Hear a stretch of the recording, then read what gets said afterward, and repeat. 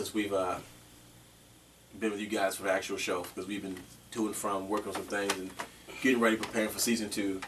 And a lot has happened since we've been back on the air. Which you can find right here on YouTube / The Wrestling Realm. That is true. A lot has happened in the business since then. Man, we got the hot boxes today. Let's go to commercial break. Commercial break.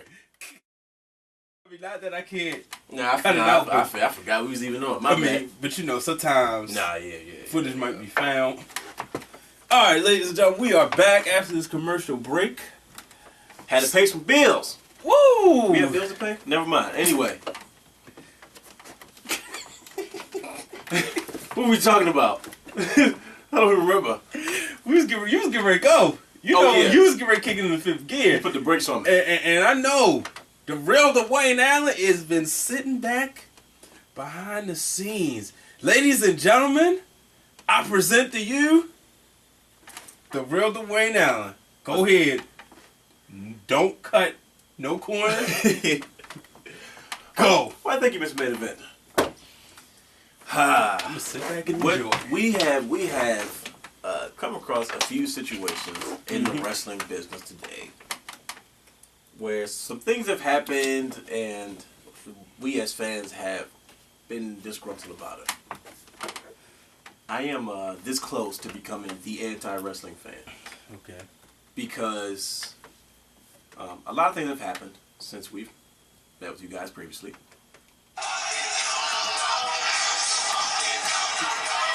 Including the debut of the Funkasaurus, Brodus Klex. And I did call him Brodus Klex for a reason. Brodus Clay. He does look like a dinosaur now that I think about it.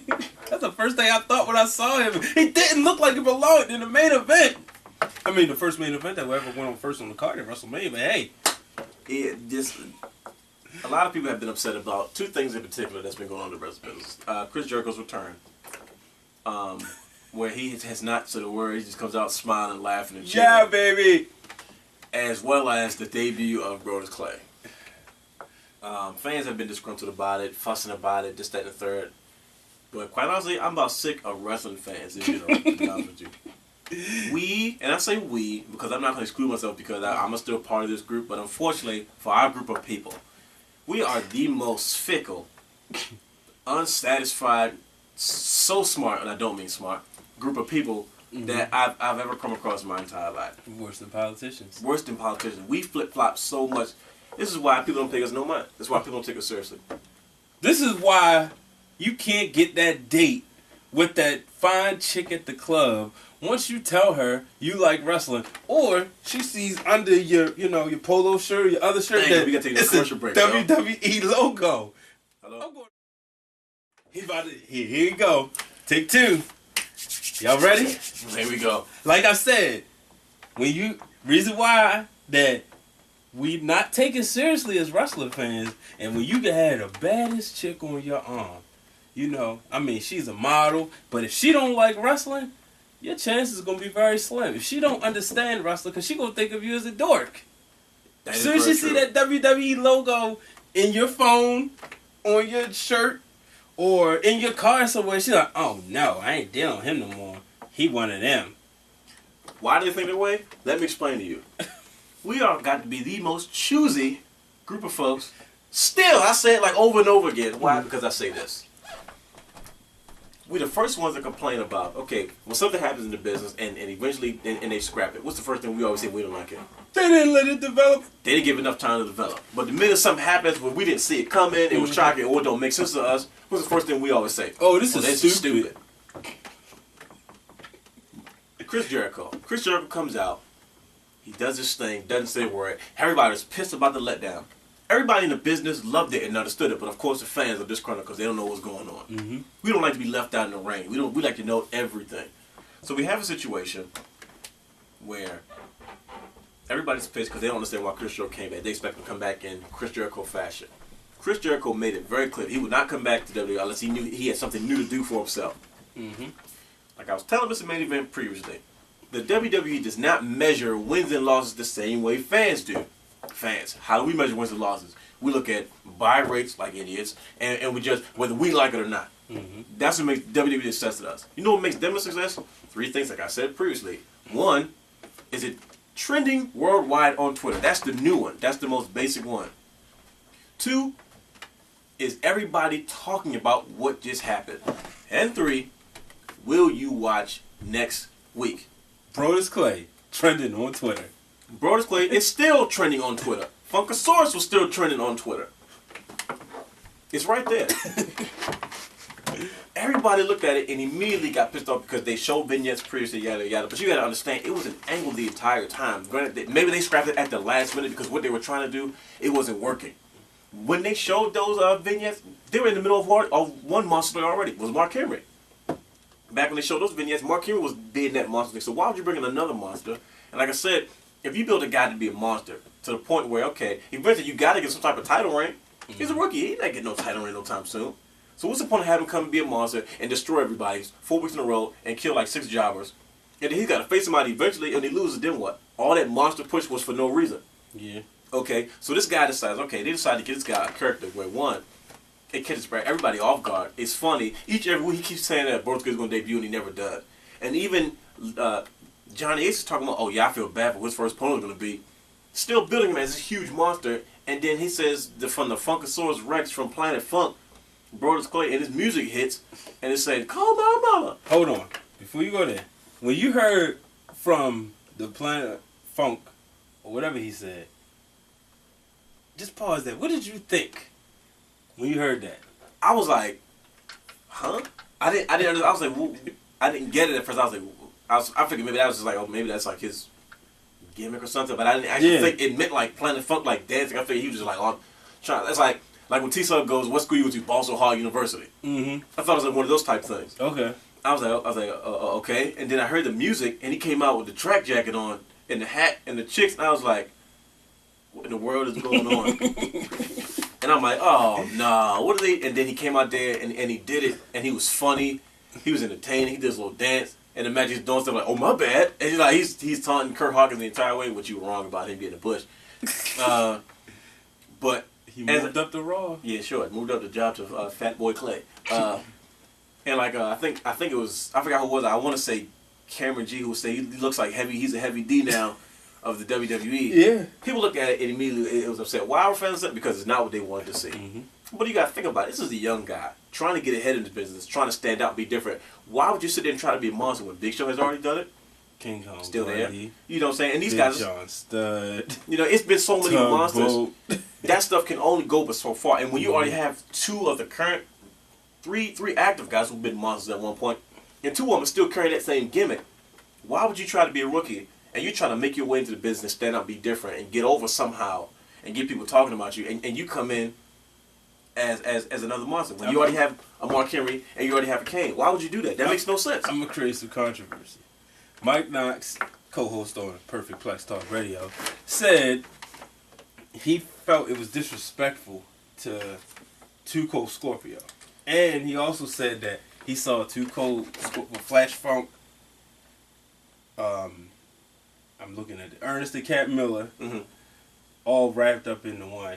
And later, Akeem and Rikishi, all wrapped up into one. But see, and I've been dying to know, what is your... That's it. I understand those are Mike's homies and stuff like that, and that's why he's taking it that way. But it's really not that serious because the invitation is the most sincere form of flattery, right? Why wouldn't you want to pay tribute to guys like that? How's it stealing their character when those guys aren't there anymore? Well, not so much stealing their. What is so disrespectful about it? That's why I wanted to know. I don't understand what the problem is. Like, what is okay? Yeah, you may not be mad about your gimmick, but that's the business, though. You feel me? A lot of times, that's what happens in this business. You feel me? Nobody anything say to Hogan when he started doing a pose of superstar Billy Graham? It happens. You feel me? It's not like it's something new. You act like WWE really did something disrespectful that's never been done before. All they did was follow the nature of the business now because you don't like it looks disrespectful. Right. Or because your buddies did it. Or you know what? This guy might do it better than everybody else. You feel me? This guy might take all these other characters. What are these guys supposed to do? What are they supposed to do? Just come in and just do something. Listen, don't nobody pay Brodus Clay's bills. Yeah. You feel me? He is trending. Like I said, he's never been trending on anything ever in his entire life. He became trending on Monday Night Raw last night. Yeah, only time he was trending when they said, "Where's Brodus Clay?" But that was like numbers out of 10, might have been 7 or 8. You know what this I'm saying? dude was number 1, Funkasaurus. This now, like I said, once you gotta understand how WWE measures success. When people see Brodus Clay on Twitter people, what the heck is Brodus Clay? That's all they needed. They clicked it and maybe changed the channel. And they might get a good laugh out of it. Let me ask you this. Do you see money in that character? And do you see marketability? Of course you can. Of Okay. course. Why? Because it's easy. Because one, you have this setup. You can have backstage sessions with him saying some silly stuff or talking jive, as people say. But you gotta understand, everybody's not gonna be a main event draw. I said them in the room last. I said, why does everybody got to come out as a monster for you to take them seriously? Mm-hmm. Nobody saw money in Zack Ryder's character, but all of a sudden it's money everywhere now. You seeing foam fists, you seeing headbands, you seeing glasses, you seeing T-shirts, right, ball but back. You seeing little necklaces and chains. But at first there wasn't no money in it, because I wasn't a fan of Zack Ryder. I said that's the dumbest thing I've ever seen. I said, what is woo woo? You know, I said this is the dumbest thing I've ever seen. It's money in it, right? Yeah. Brodus has to find his place on the TV. You feel me? Let's be real. He's not going to be a world champion. He's not going to be in no main event picture. He's a young guy. And in case you haven't noticed, it's not a lot of young guys on TV that's getting over right now that people actually care about. Mm-hmm. You got this big Funkasaurus coming out there, and he's dancing, and he's geeking in the ring, and he's beating the crap out of guys. You want to see that because that's entertainment. Yeah. The fact is, he is a low to mid-card wrestler right now. Why else would you want to do something like that to get on TV? What do you want to rather see more superstars destroying jobs every week? Yeah, you wouldn't care about it. I said it. I'm glad you said that, because had he came out the way we expected, that he would have came out there, did what he had to do. Mm-hmm. He would have talked about it for about 5-10 minutes. Yeah, we finally saw. First thing people would have said was, we finally saw Brodus Clay, but we would have known. We knew he was gonna win this match. That was given. But we would have seen him just go out there and beat the crap out of Hawkins. It would have been the obvious, and of course, as fans, we would have not been satisfied, because even when we figure out what happened, we get mad. Oh, this has become too predictable. I ain't watching no more. But somehow we keep watching every week.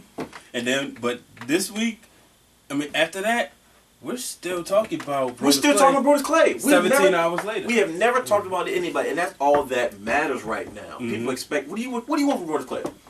No, what I want. What do you got from Brodus Clay? No, somebody tell me that's going to make him that much important. Destroy everybody, do a world's strongest slam like Mark Henry do. Because no offense, if you gonna be a monster, if you can't do it better than Mark Henry, you're not going to be well. Because guess what? We seen a good monster that actually worked. So guess where you're going to be judged at? A world champion stance. I said world champion because my man Mark Henry, world champion at one point for the brothers. You're going to be judged by that standard. He's a world champion. Yeah. So then you got a rookie, got to live up to that. It's not going to work. But you also look at when CM Punk cut his promo, we were still talking about it. People was talking about that for weeks. I guarantee if he was still the leader of the new Nexus, wouldn't nobody be talking about CM Punk. Right. That match that CM Punk had with Randy Orton at WrestleMania, I didn't care that much about it because of the way he was at the time. I appreciate it now because it's like, wow, CM Punk really is the real deal. But at the time, because what he was doing, it's like, okay, you know. I got another one for you. Like you said, back to Jericho. People still talking. You know, that's all they wanted us to do. They just want us to talk. They don't care if we say it's good or bad. It's just like, it's like they say on YouTube. If Soulja Boy gets a hit, if you write a positive comment or a negative comment, you putting money in his pocket. Either way. You feel me? That's why wrestling, it doesn't matter when you cheer. Critical said the basis, listen, we're not going out there to whether somebody cheer. We don't care if they cheer. As long as we get some type of reaction, it's over the top. That's all that matters in the business. Daniel Bryan, you saw his reaction. But the crowd, they don't know how to respond to it. That's what I think. But Corpus Christi, Texas, for where, you know, Brodus Clay made his debut, he was the first person to get something out of them. No, yeah. That crowd they was they were dry for everybody. Dead.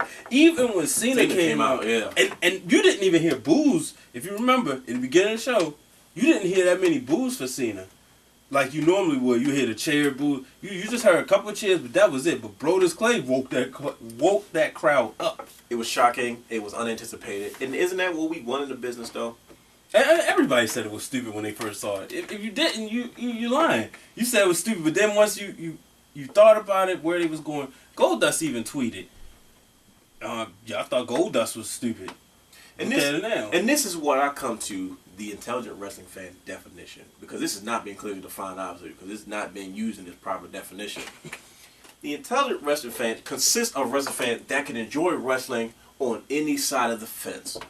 What I mean by that is, okay, you can enjoy something because of the product, you like what you see, but you can also enjoy because even if you don't agree with it, you can say, oh, I like the fact that they're doing this, even when I didn't get it right away. So either way, you enjoy the product. When I saw Brodus, I said, what the heck is this? But then when I saw it, all the way to the back. Any final thoughts? Final thoughts. Ladies and gentlemen, prepare yourselves for a new wrestling realm. For a new cutting edge wrestling realm. For a new way of looking at things. We will be expanding from here on out. We had to come back and address you guys. We know it's been a while. When you watch the product on television, just enjoy it. Whether you like it, if you don't like it, enjoy the fact that you don't like it. If you have a problem with it, enjoy the fact you have a problem with it. But the minute you begin to criticize the business that makes millions and billions of dollars, you don't make much sense at all. And it's okay not to agree with it. But just, if you can't enjoy the product for what it is, there's always TNA. Go ahead. Exactly. Nobody's, yeah. Ladies and gentlemen, he is the real Dwayne Allen. I am Mr. Main Event, Brian Waters. You can check us out on Twitter at Wrestling Realm. If you haven't seen some of the previous episodes, just go ahead and YouTube us. Hell, Google us. You'll find us on a couple of different sites. And if you do not know what we're talking about when we say the group page, just log on to Facebook, type in the Wrestling Realm, like the fan page, request to join the group. You'll be as soon as we get the request. If I had my way, you just go right on in there. But hey, that's just the way Facebook does things. Excuse me. Last but not least, check us out on Perfect Plex Talk Radio, hosted by yours truly, Mr. Main Event Brian Waters, and Mike Knox, the CEO. We got Luke Robinson coming up. From Tough Enough. We got Nicole Mathis, up and coming independent wrestler. She's amazing. Seeing some of her work. And we got, you ready for this one? Okay. Former WCW Tag Team Champion. Stevie Ray. Nah. Scotty Riggs. Really? Yes. Wow. Scotty Riggs, used to be with Marcus Buff Bagwell. Never was a really fan of Marcus Was Buff Riggs part of Ravens Flock at one point? That's a good question. I believe he was. I believe he was. I believe it was Riggs. Call in and ask him. There you go. 347-637-3859. Plug. So, ladies and gentlemen, he is the real Dwayne Allen. I am Mr. Main Event Brian Waters, and thank you for joining us on another episode of The Wrestling Realm.